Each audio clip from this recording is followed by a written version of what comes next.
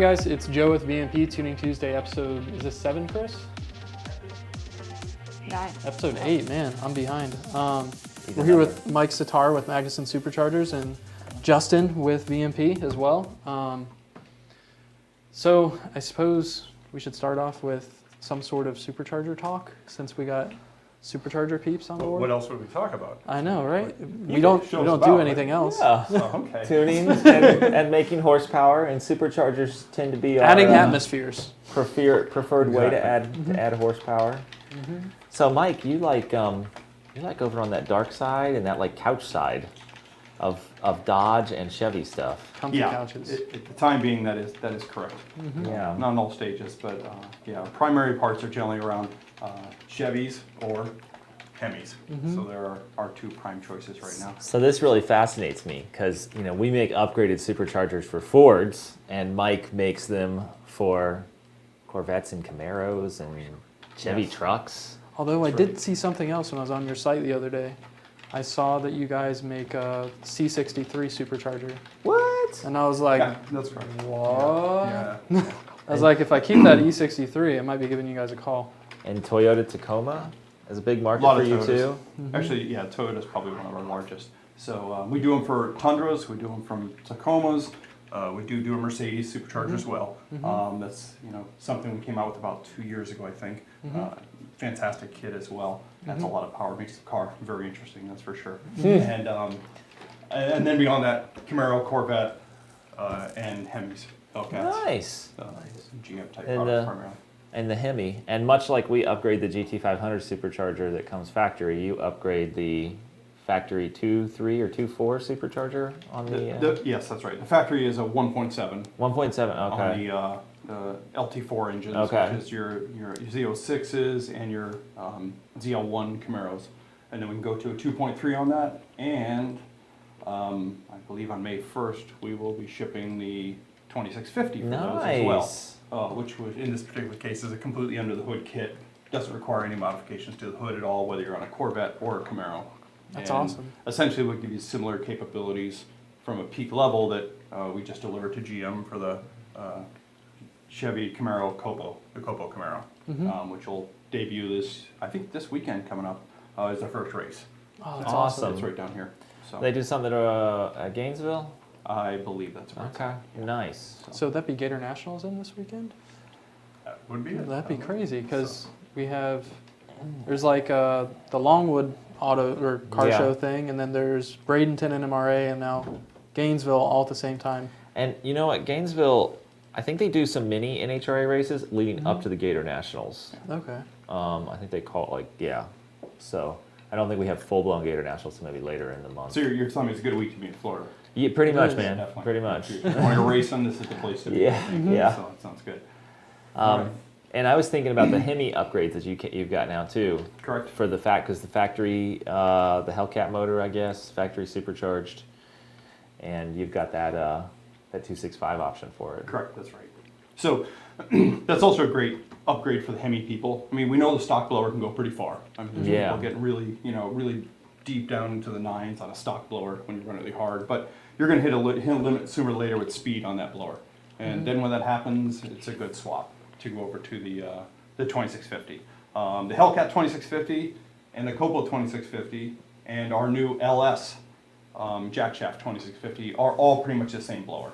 Don't have a picture of them here, a little plastic display for you in front of us, but at the end of the day, they have all the same blower, the same intercooler, similar manifold volumes, same type of comparison. So, I mean, with Copo's running at 3,500 pounds in the 780s, 790 range, you have a lot left in your Hellcat once you upgrade to the 2650. So. And the Copo for those that don't race Copos, what's the power potential on the 2019 Copo with the Magnuson 2650? I don't know what kind of power they're making specifically. Okay. I mean, they kind of keep that to themselves. Every builder has their own way to do stuff. And we know it's probably around 1,100-1,200 wheel with the race engine, I would imagine. Yeah, it's probably pretty safe. 3,500 pounds. Which 3,500 pounds and running about 175 in the quarter. So Sounds the math adds up. yeah. So yeah. like I said, motor-wise, they have their own way to do it. But the blower's capable of generally we call it a 1,500 horsepower capable blower. I'm pretty convinced some one of these guys here will end up proving me wrong sooner or later. So, seem to really and crank that's things up. 1,500 engine dyno crankshaft number, so you take out your Crankshaft number, you got it. 15%, Yep. take out a little more for race transmissions, and end up with your wheel number. That's right. Yeah. Exactly right. So, a lot of fun from a supercharger in a relatively small package. Yes, That's the a thing small, that goes there. reliable, Exactly. cost-effective package. Indeed.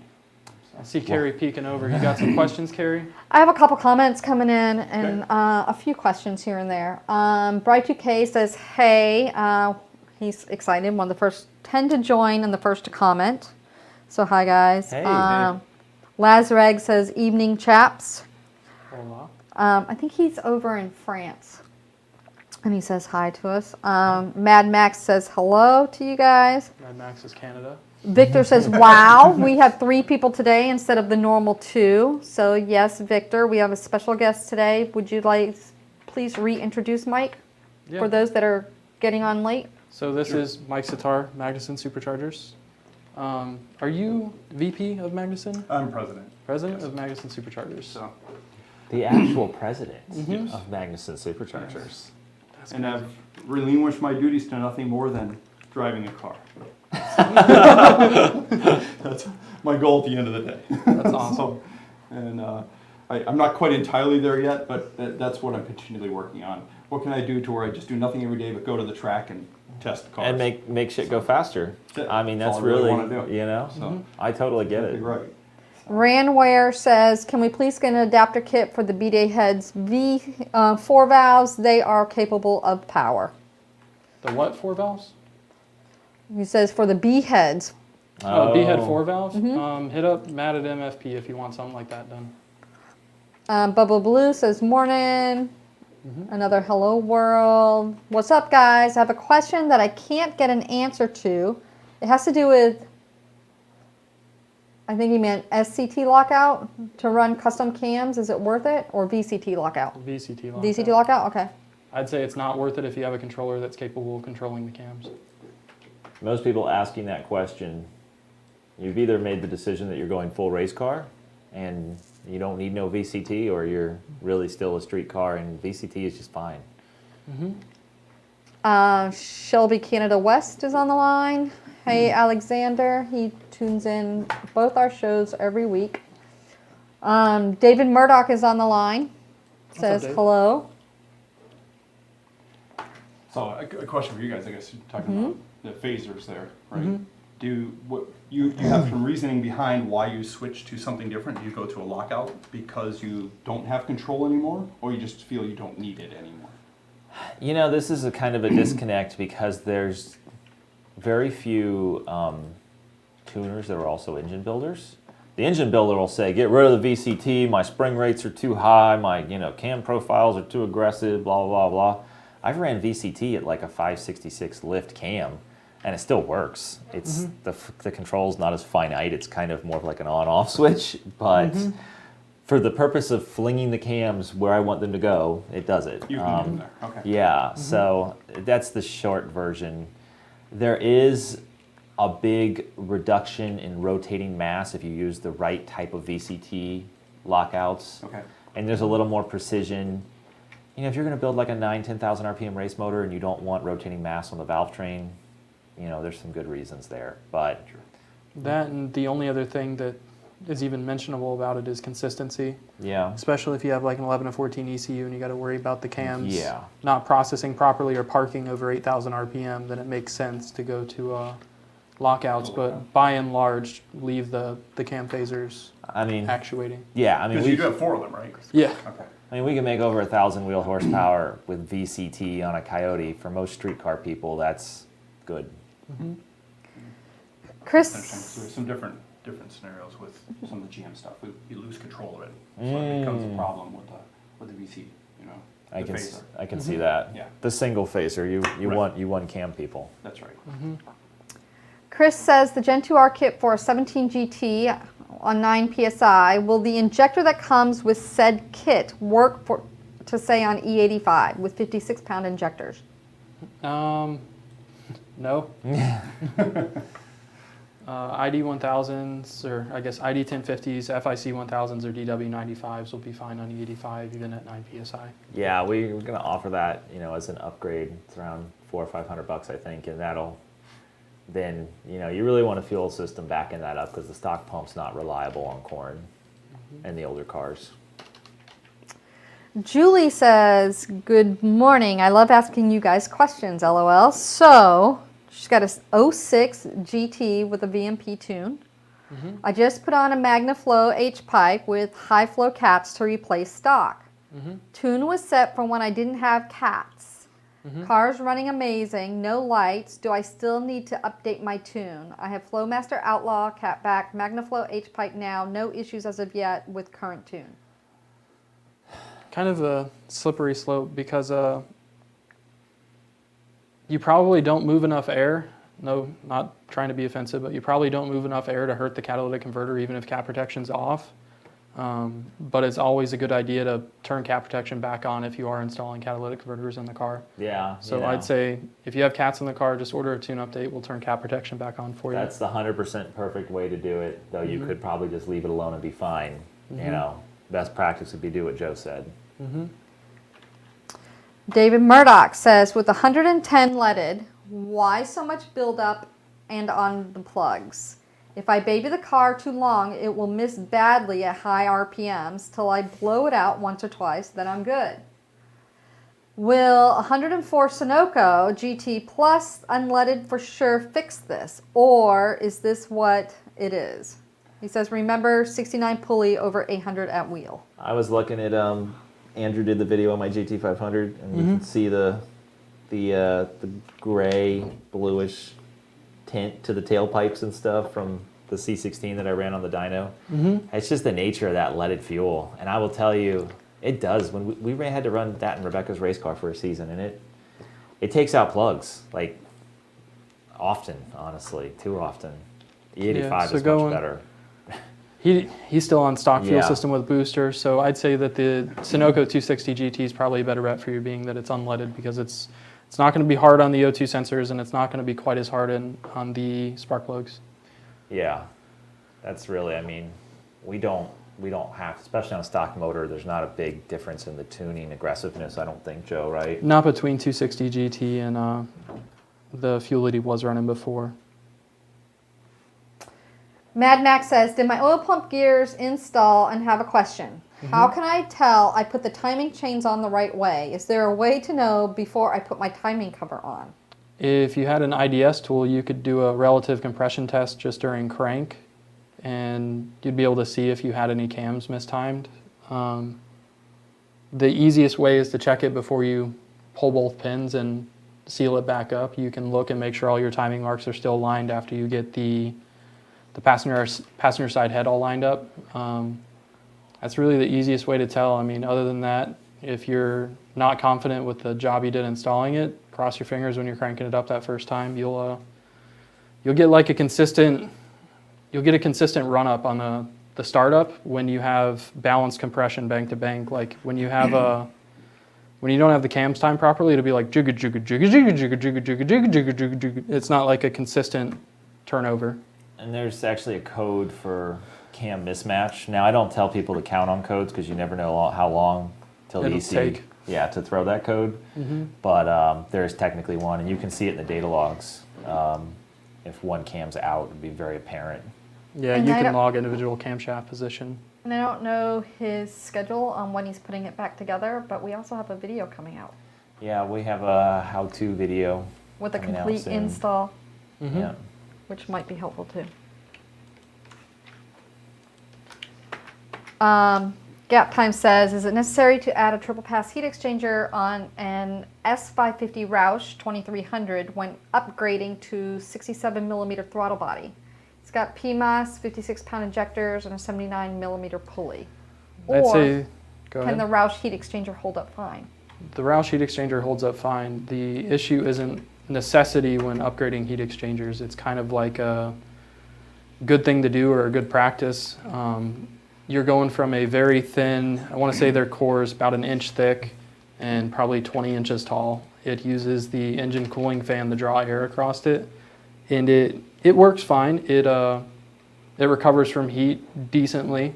If you're ever in any situation where the car's not running and it's kind of just sitting there baking in its own heat, it takes quite a while for that low temp radiator to shed the heat away from the cooling system for the supercharger.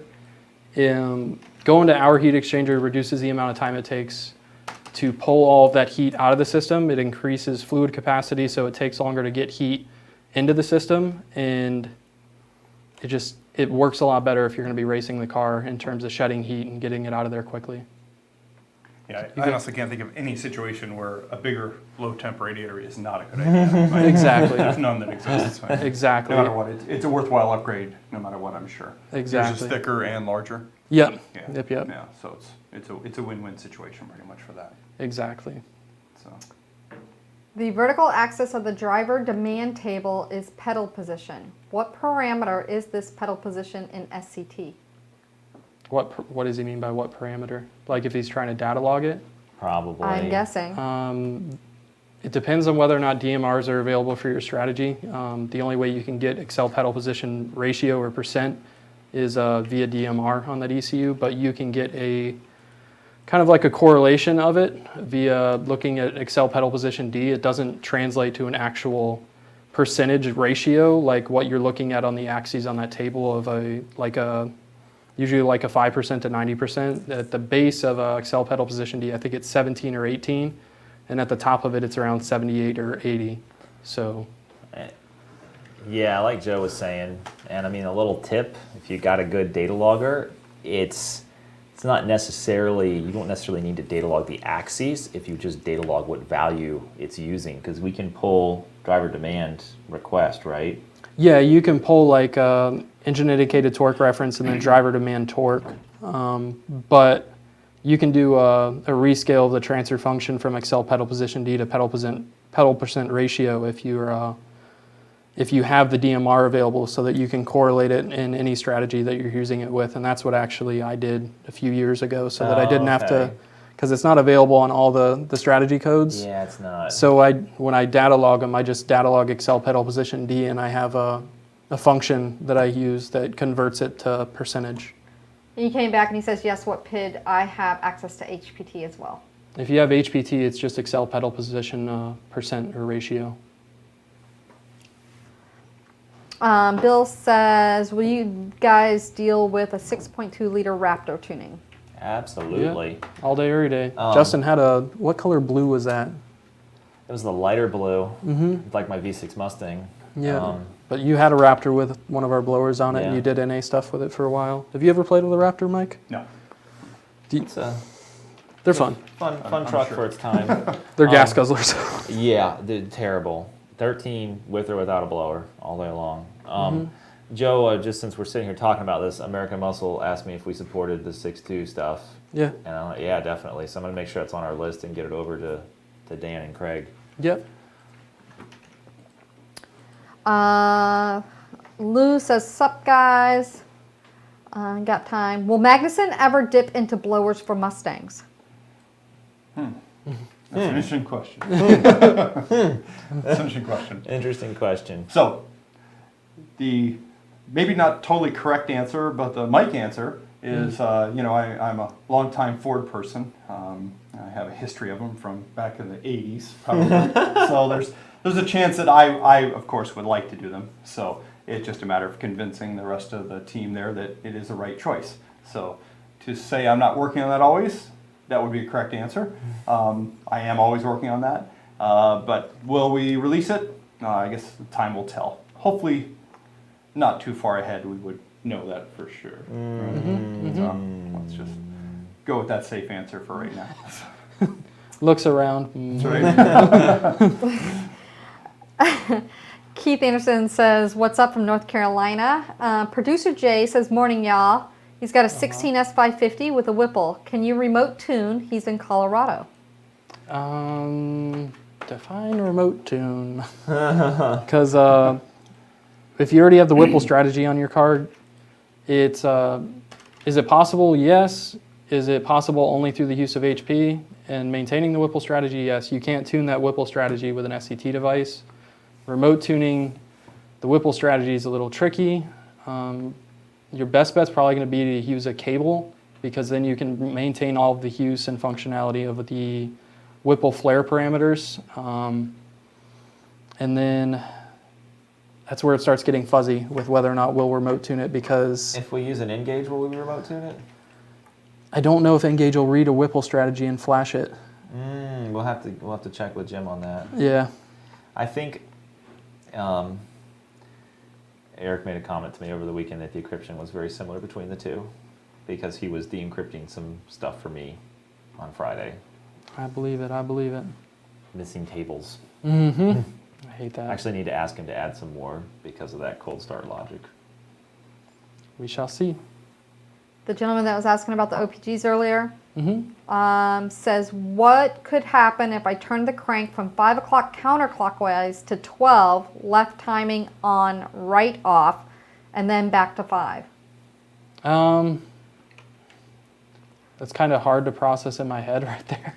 I think Yeah. he's trying to go back and check before he puts the other side on. You don't really So- need to, because the timing marks aren't necessarily going to misalign from the crankshaft position, because they're directly connected to the crankshaft position. So like the timing marks are going to move, but you're not talking about enough of a rotation to get it like away from the timing mark, if that makes sense. Yeah, so I don't mean, know. If you're really worried about it, just start all over again. The only issue I've seen, if someone's looking down into an engine bay and they spot, the mark versus the link. You got to look directly at it. Yeah. Like I like to use camera phone to take a video that I can pause of like where the actual colored link position is versus the mark on the crank sprocket.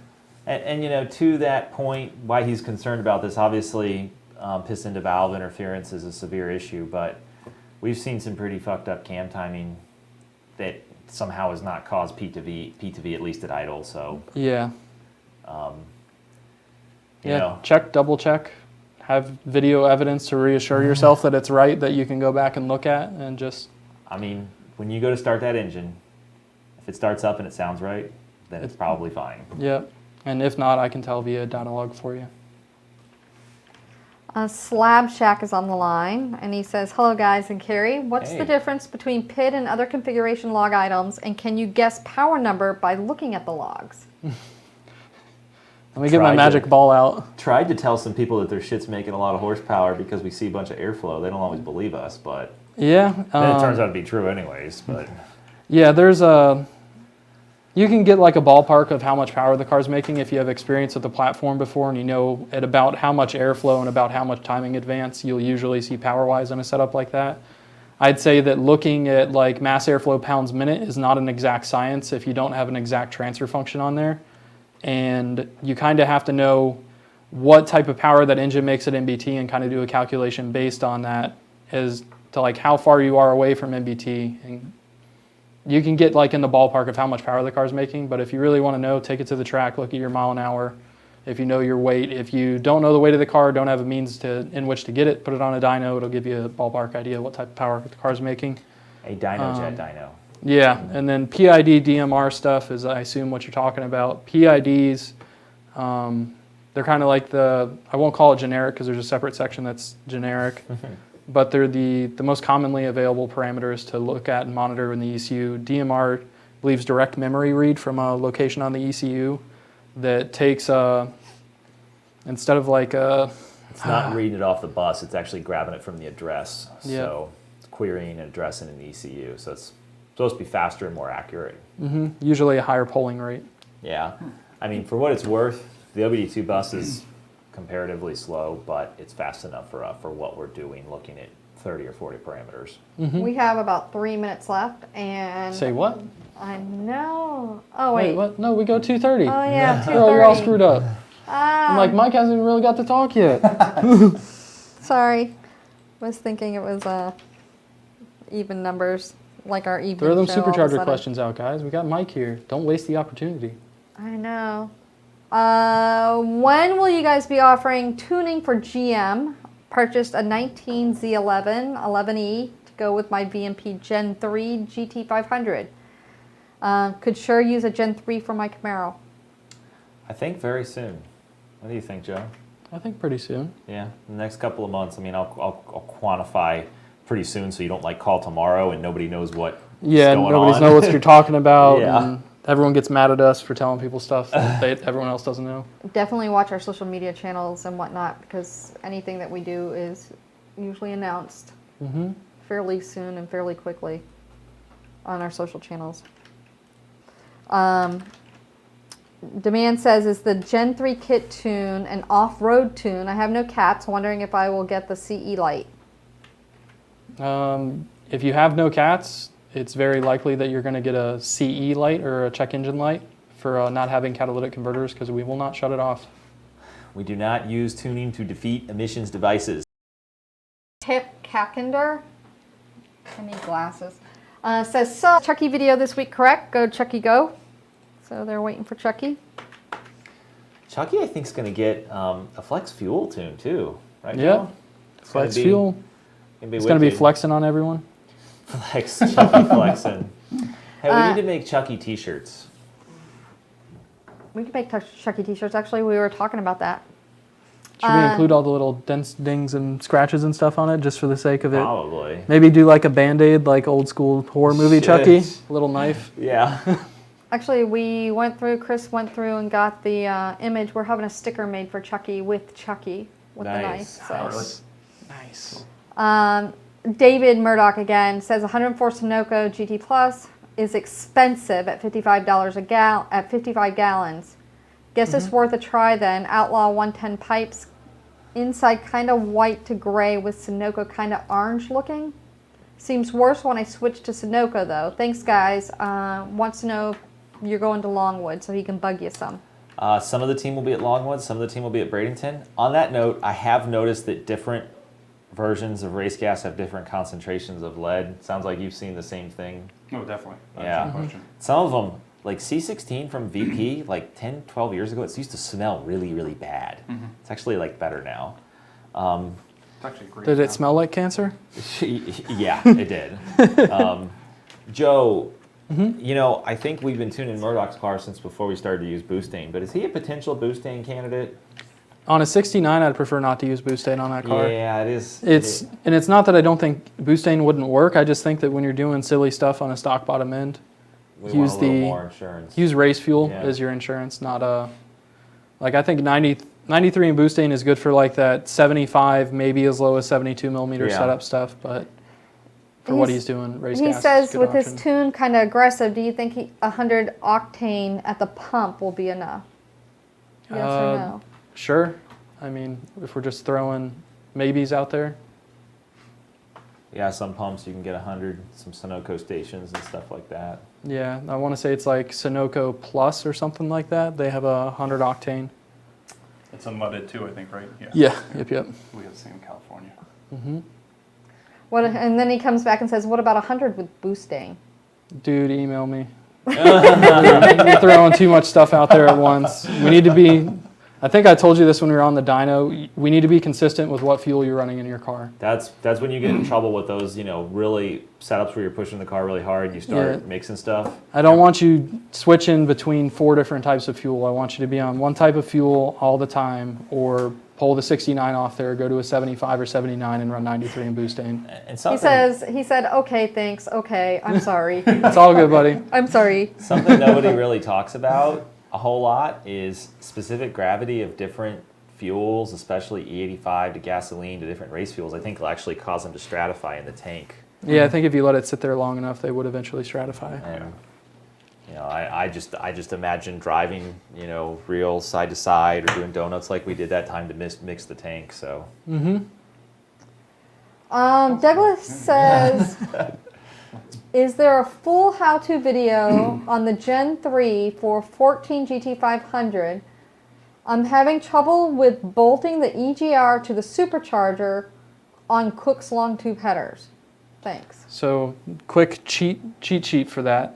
Unbolt the supercharger, run the studs into the blower. With the blower still about, I think it's about 1/2 to 3/4 of an inch in the air, slide the EGR valve on, do not bolt it down. Set the blower in place, slowly draw the blower down, tighten your EGR valve on. Yeah, you don't want to try to be lining up the EGR valve and tube and everything with everything disconnected because those tubes are always a pain in the butt to align. You can essentially what Joe is saying is that the blower is now going to suck the EGR tube down to where it's going to finally be if you put everything together loose. And if I were you, you'd grab a 1 1/16 wrench if you don't have it, loosen the EGR tube nut at the header, loosen it at the EGR valve, then draw the blower down, bolt the EGR valve to the blower, and tighten the EGR tube nut at the EGR valve and tighten it at the header. I swapped blowers on my GT500 a couple weekends ago at home, and I suspect the header wasn't like factory tight like they are, and the thing just like butter. Yeah. It really went right in there using that method. Brian says, when is the 2650 getting released for the LS3/LSA?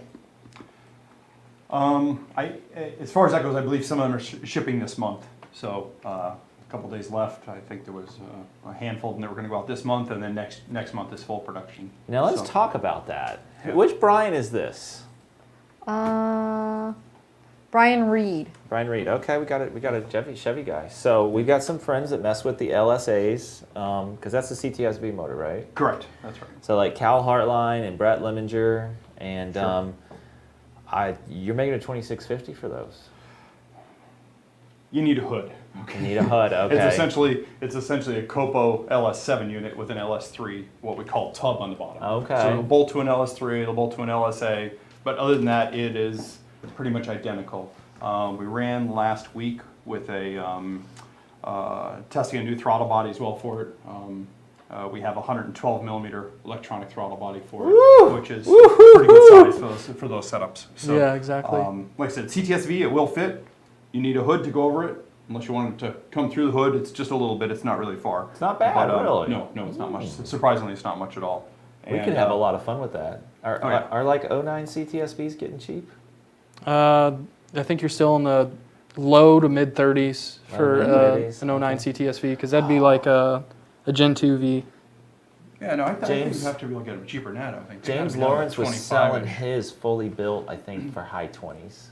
Interesting. I'll have to see if he's still 'Cause I got know it for the- sale. Sounds right. Gen 1 Vs are still going for that 10 to 20 range depending on the mileage and condition. Back in like 05, 06 Right. Gen 1. Yeah, stuff. like the LS2, LS3, or LS1 or LS6 and LS2 CTSVs. Are they like Still- $100,000 new?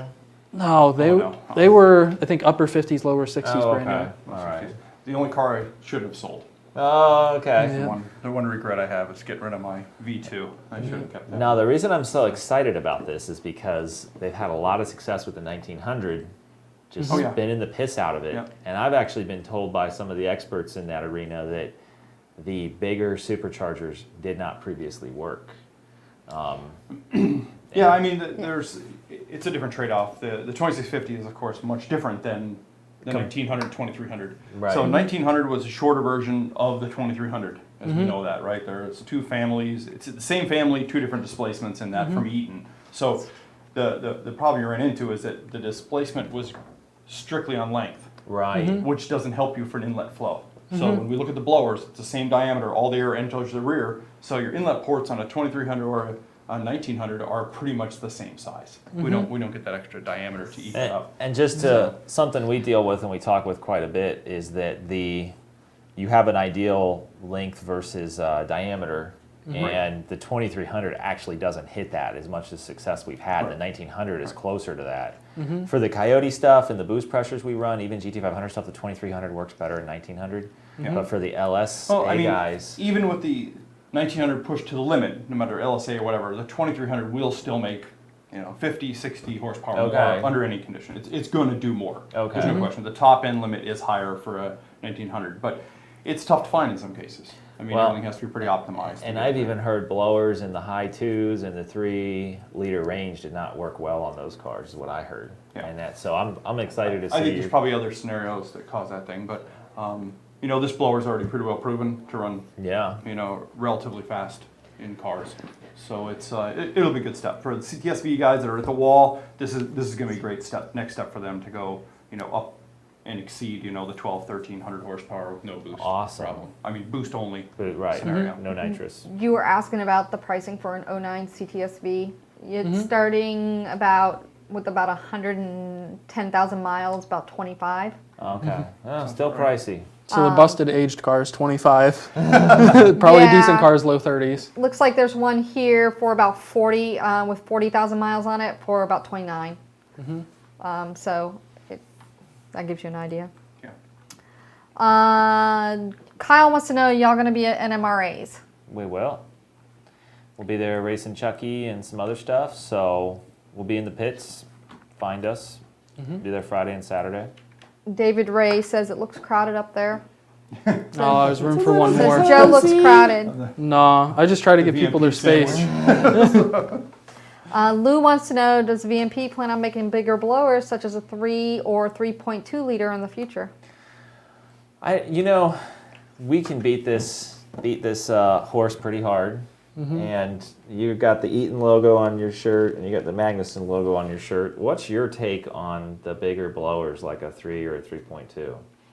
I mean, it's going to boil down to what the capability of the engine is. So, is there a chance for a bigger blower? I would say, of course. I mean, there's no reason to say there's not. But at the end of the day, for the people buying them, I'm not sure what level you need to be to get there.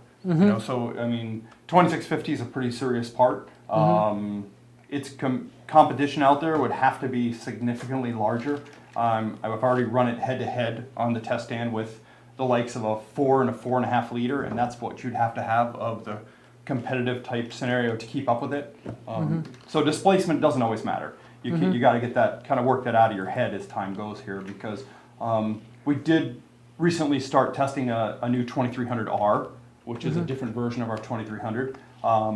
By going to our R version of 2300, we added another 100 rear wheel horse almost to most vehicles. Woo! So the 2300 is making, the R will make right at least in a Chevy world, which generally isn't as high horsepower as most Ford vehicles.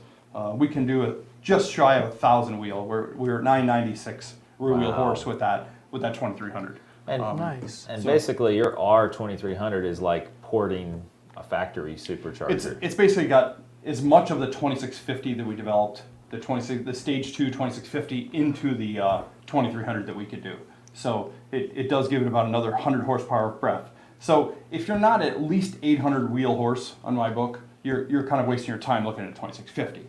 But I know a lot of people just want that bigger unit to have the displacement capability going forward and where you're heading to there. I mean, and then 2650, you're at probably 1350 with a really pushed motor to the wheels. It's the limit of the blower if everything else can keep up with it. So, next up, yeah, maybe bigger. From our perspective at VMP, for what our customers are doing, for what we're doing with our racing programs, I mean, Rebecca's car is competitive with Cobra Jets running the Whipple 2.9. 2650 is a really, really good place, in a really good place from price, performance, and reliability. I mean, we're making 1,200 wheel with these things, so, and we've only had ours out for less than a year. Right. There will be more to be discovered on the 2650 platform. To be continued, so to Yeah, speak. Much like a Coyote is only 5 liters and revs to 8,000 RPM, 265 can run. Mike only runs them to 22, 23. We've gotten stupid and gone like 25, 27. And they don't have any problems. And that is a huge competitive advantage because no other supercharger has the same design as a TVS. Right. And that's really your benefit comes in. The small displacement comes in because it pumps that much displacement at that RPM. So when you can spin it that fast, then that's where it starts to shine. Exactly. I mean, generally speaking, head-to-head testing, we've looked at other blowers, 2.9, stuff like that. Generally speaking, you're going to be at least 300 horsepower higher capability with a 265 than you are with a 2.9. So you got to find something quite a bit bigger than that to get into that realm in that world, and hence what we see in the world of the Copo and things like that. Yeah, I mean the world of the Copo, which is a huge thing for Magnuson to be accepted as a supercharger on the Copos. And the interesting thing is that they're only running 14 pounds of boost at that level they're running. So I'm waiting for someone to actually crank one up and let it rip. But man. I mean, I don't know if anyone will ever tell me. That's hinted class. that I need to have my own Copo. It's hardcore class racing. Speaking of having your own Copo, how's that Camaro doing? I know that you had, was that a Gen 5 Camaro? That's 6th gen. 6th gen Camaro? 6. Yeah. So, yeah, the Camaro's still fine. It needs more time and at the track, which I just can't seem to find. I told you, ship it over here, and we will You take head out for me all the time. We'll take it Well, maybe out. that's what I need to do. I need to just ship it here, and then I need to get an apartment outside or something. I think. Yeah. Just There's come a barn back there use that the has an facility office and an here, air right? conditioner. So, yeah. So I mean, and that's basically, it was a test mule for the Copo. I mean, essentially what it was. When we built it, we needed to get something to get the supercharger on the platform, be able to do dyno testing, track testing, and other stuff before we actually got into GM's testing program. So that's what the reason for that car was. Nice. And it did it well. So now we have it. It still does well. We just put a TH400 in it, 9-inch rear, Ford 9-inch. Should I say that? So, it's still independent rear suspension, Right, but it has right. a Ford 9-inch center section in it. And we've only had that back out to the track one time. We're still struggling with some gremlins. The ECUs are not happy when you have 25 of them and you remove one. Yeah. It's not really a happy scenario. So we have most the problems worked out though. And we did get one pass into it. So hopefully in another week or so we'll get it going. And we're a little lucky to be out at the TVS shootout in Nice. Georgia. Nice. So we'll bring it over for that. Sweet. Gap Time says he has an 18 Hellcat Charger, and he wants to crank it up so he can get down and party. So he wants to know, what does Magnuson have available for him? Well, we have the 2650. It's a jack shaft 2650. So it's the same unit we're talking about here on all these other vehicles. And it's a great part. We've had it about 2 years for the Hellcats, I believe. So that'd be like a jack shaft rear drive front inlet setup that just direct bolt on for Hellcat stuff. Correct. Direct bolt on. And you do a lot of things differently. Like it's an all new lower intake. Correct. New intercoolers. That's right. Yeah, it's got the same brick in it that we use in the Copos. It's the same thing we use for the LS, the LSs, the Hellcats, and the Copos, the LS7s. They all have the same intercooler brick in it. It's our own brick designed in-house. It's not something that you've seen before. And it seems to work really well. I mean, that's something we've been very successful I'm with. very, very interested in getting a Hellcat and putting one of your blowers on there. Sure. Larry Duran says, hey, Team VMP. Hey, Larry. Ralph wants to know, how much horsepower will I gain with a VMP Gen 3 over a 2.3 TVS with around the same boost on a 1314 GT500? How much boost are you running on the TVS? And that's a good question because if you're at a lower boost level, the gains will be a little less. They'll still be good, around 30 to 40 wheel. If you're at a higher boost level and you've just maxed the 2.3 out, then the gains will be even bigger. A lot bigger. Yeah. It's all about that pressure ratio and drive RPM, man. Yeah. Mitchell Page is on the line. Hey, Mitchell. He says, hey. He says he will be a Camaro test pilot volunteer. Mitchell will drive anything, There you go. even if it only has like 3 wheels or something. Sounds like me. Point and shoot, right? That's right. Mitchell, you should come out to Commerce, and I don't know if you got your license because they're picky about that up there, but run the TVS shootout with Mike. Dale Singh, or AKA, I guess, Neil with the Coyote swap, says he will see you Thursday for tuning. Awesome. Sounds good, Cool. man. He's the guy with the 93 notchback with Gen 1 Coyote. You just put a Stage 2 kit on it. So it should be fun. 6R80 Nice. powered. Okay, awesome. And that's Thursday? Yeah, Thursday Thursday. here? Thursday. Okay. Chuck says, most effective way to cool charge air from a blower setup. If it's a PD blower, water to air works really well, and packaging is a lot simpler with a PD blower. Instead of doing a air to air setup, it gets a little tight. It's crazy, an OEM did that at one point on the Yep. Super Coupe, but yeah, air to water. And if you're thinking about any like water methanol injection or anything, those are when you get like way up here. If you have a specific need for them, we can consider that, but just a good intercooler setup's going to work all the time and do what it needs to do. PJ McMillan says, any update on the 18 F-150 blower setups? They're on the same development curve as the 18 Mustang, and we're working on it. Which is actually outside right now. Oh yeah. Project 1X says he's got a 15 GT Roush Phase 2 with supercharger. What wheel horsepower would a 1000cc injector support with E85? His About goal 800 wheel. His goal is 850. Yeah, about 800 wheel. If you're manual, maybe 850, but you're going to be towards the upper end of the The injector, if you're running 800 wheel, you're probably going to be around 15 psi boost.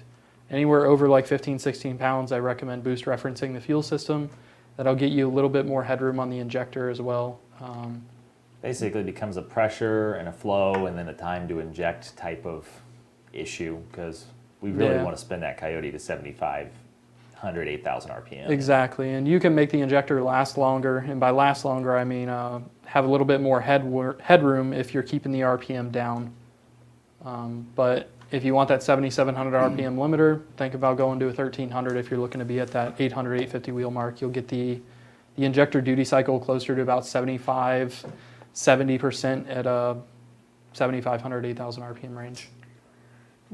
Dorian Johnson says, hey guys, getting ready to hit the road. Hope to see y'all at Bradenton. And Awesome. are you guys bringing the dyno to spring break?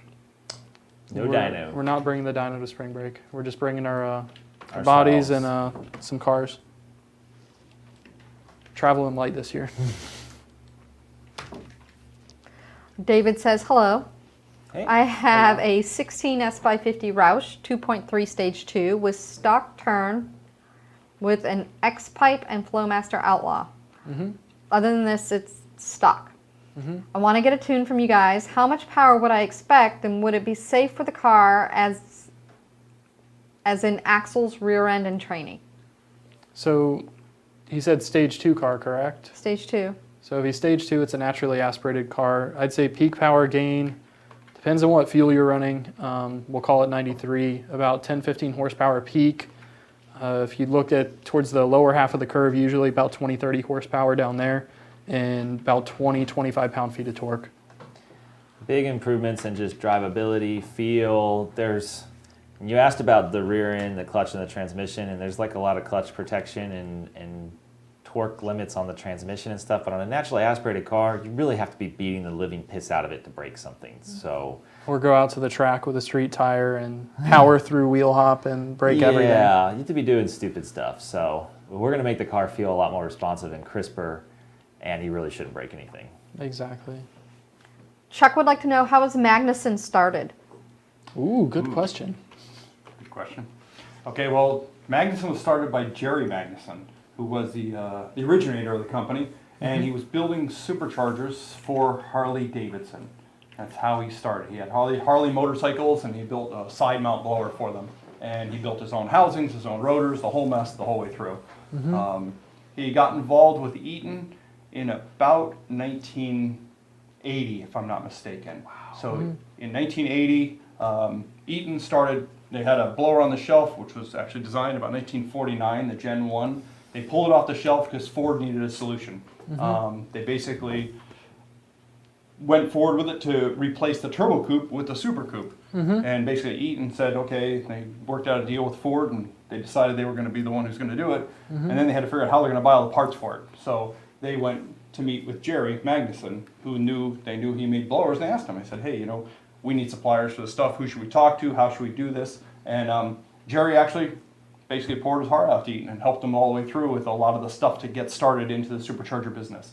So Eaton picked that up, and in return, Eaton gave Jerry Magnuson kind of all the rebuild industry and the rebuild business from GM and from Ford and all these blowers. And then he also asked him if he was interested in buying the rotors himself. And they made him an exclusive supercharger supplier for the aftermarket of Eaton.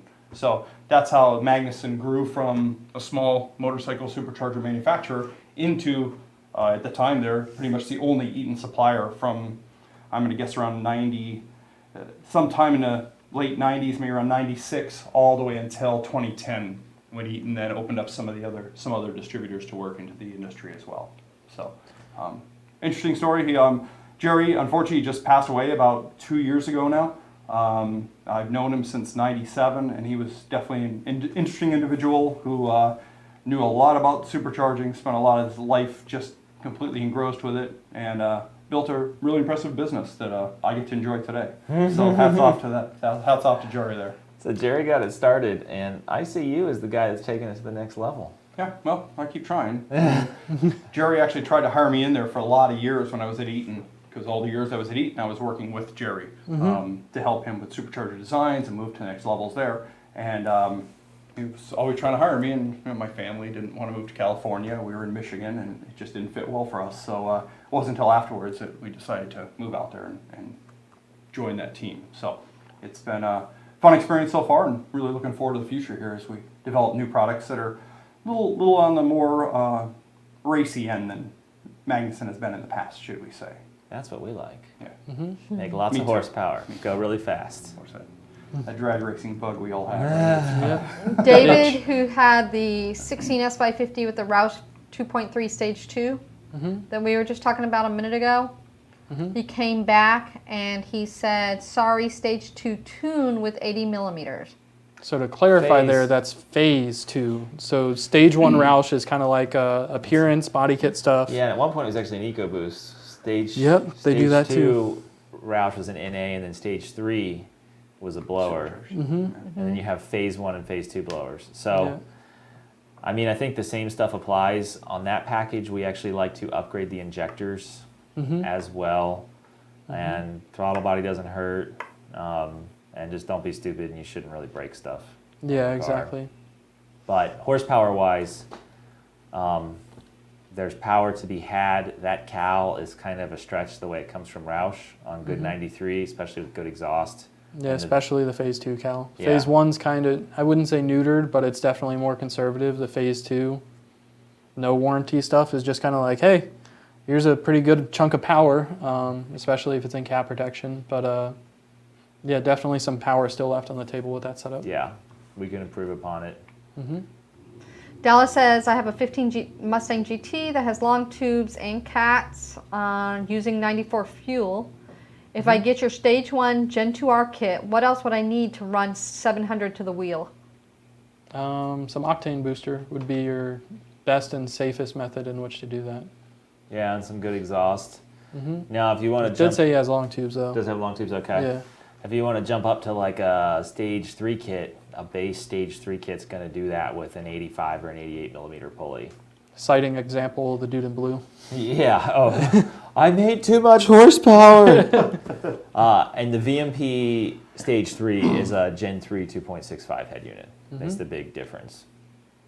Yeah, so you spin a little slower, a little cooler temps. Yeah. Makes more power, less input power. Yeah. More efficient. It's a good unit at that power Yeah. level. Yeah. For sure. Mad Max says he's planning to start running his car on 93 plus Boostane. He says, how can I know what my octane level is for my end gauge? He doesn't want to be lower than 100. You never know how good the fuel is at different places. You're not really going to know what your octane is. The easiest measure of knowing whether or not you have good fuel in the tank is going to be looking at the knock sensor retard and how much spark advance it's running at watt. But then you also got to take into account the temperatures of everything and where VCT's at, all that stuff. So I'd say the easiest way to know that you have octane is to throw in a little bit of fudge factor if you question the quality of the base fuel. So like say you're a 93 octane AKI base fuel and you think that it's not quite 93, you think it's closer to 92 or 91. Do your mix ratios for Boostane to set for 100 octane if it was 92 or 91, and you know that you're at least going to be over that 100 octane threshold, even if it isn't true 93. And to throw something else out there, if your exhaust is not ridiculously loud and you have your windows up, you should be able to hear knock pretty readily. And I remember when I first started in the Mustang game, it was what does knock actually sound like? Yep. It's inconsistent, so it's a noise that appears within a certain RPM range and then hopefully goes away. If you stay into it and it's got severe knock, it will go. The engine will go away. You'll All find that along- noise to stop soon. All along the same lines, it is his car is like a 17 GT, so he does have knock sensors. So in theory, the knock never gets bad enough that you actually get audible. This is but, true. Especially if you have 100 octane. Yeah. But should such an occasion arise where one of the knock sensors isn't working or it isn't pulling enough timing, you could potentially hear audible. And that gets into we, especially stock motors with the weaker pistons and rods, we don't tune them stupid aggressive for all of the reasons you're concerned about. Lower than optimal fuel quality. I mean, there's some buffer built into the Boostane and the Boostane tuning that we do and everything. And honestly, going much farther, the returns aren't great anyways. So don't feel like you're losing horsepower being safe either, because you're not losing more than a couple. Yeah. We are at 2:29, but I have a few more questions that I'd like to. You want to shoot find 3 more out. questions and we'll run Okay. through them? Slayer1 wants to know, why didn't you ever make a supercharger for the GT350? Technically, our 5-liter kit will fit. Yeah. Drop motor mounts to clear the hood and away you go. We're just not really interested in tuning them and racing them because it's just not the platform for it.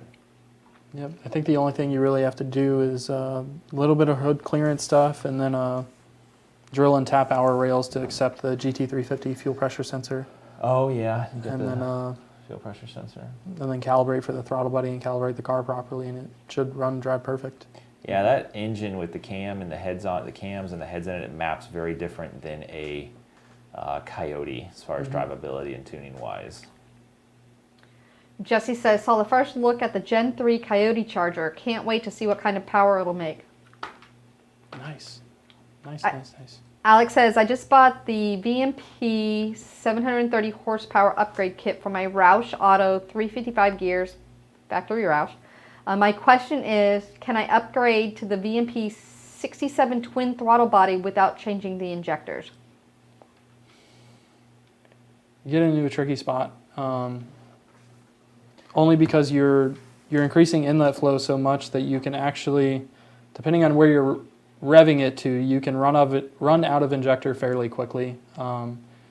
If you have like a cold air and we'll call it like a 79 or right around a 79 millimeter pulley, even the 80 millimeter phase 2 pulley, when you open up that inlet restriction side of things, the total amount of airflow getting into the engine goes up, and you got to match that with a commensurate amount of fuel, which is where the 47s start to fall off, especially above 7,200 RPM. You can run lean very quickly.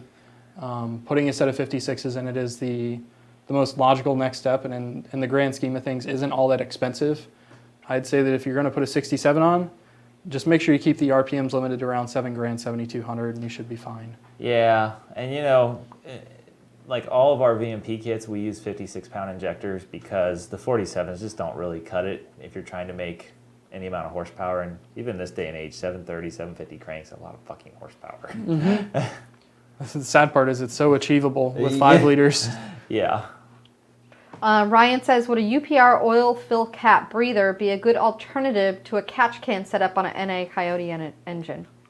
I wouldn't say it's necessarily an alternative to a catch can setup, because the oil cap breather is only, if it functions kind of like the CFM breather that you mount in an oil cap, it's only relieving crankcase pressure when there's no vacuum in the crankcase, aka like wide open throttle, where you're producing basically right at atmosphere or probably a little bit over atmospheric pressure depending on how much blow-by you have. And they're doing two different things. The oil separator is designed to Pull separate oil out of the air charge. out of the PCV system. You know, any breathers are just designed to vent, and hopefully the CFM one that we carry has a check valve, check ball in it. Whereas the UPR, I don't know anything about the UPR, if it's just a straight up breather for like a race car or what, but you want to be careful because you create vacuum leaks essentially of unmetered air. Joe says, what sort of power gains are you guys seeing with the newly revised elbow and intake on the Gen 3 on the Cobras? Nobody's pushed it as far as I would like on a max effort setup. It may make a big difference on a milder setup, 10 to 20, but we basically made all that stuff for people that are making 850, 900 wheel. And it's rolled into the whole product line. So, you know, it's available for past and present customers, and it's pretty much what it is. Now, if you're porting the supercharger and, you know, kind of doing all the bells and whistles, you have an awesome engine, you're going to want the best stuff on it. That's where it really comes in. Yeah, there's few places more important than the inlet to the supercharger. End of story. So, Yeah. I have 2 more questions and then a comment and we're done. yeah. There is a lot of talk about safe numbers for a motor. So does it matter how the power is made? So for example, is 800 to the wheel on a Gen 3 safer than 800 to the wheel on a Gen 2R? Absolutely. Arguably, yes, it is safer because the the amount of power it takes to drive the blower at 800 wheel on a Gen 3 versus a Gen 2R. Gen 2R is going to take more driven horsepower to achieve 800 wheel than a Gen 3 is, which means you'll make less power at the wheels, Gen 2R. So in order to get to the level that the Gen 3 is at, you either have to spin the blower harder or turn the engine up harder. And higher IATs probably, closer to knock.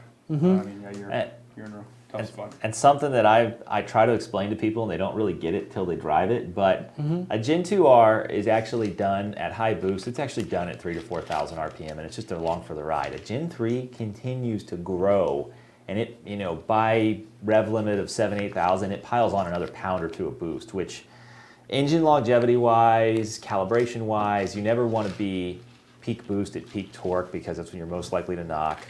And as the engine speed goes up, theoretically the rod and piston can take a little more cylinder pressure, and just, you know, just think about running into a brick wall or kind of climbing up it, I guess.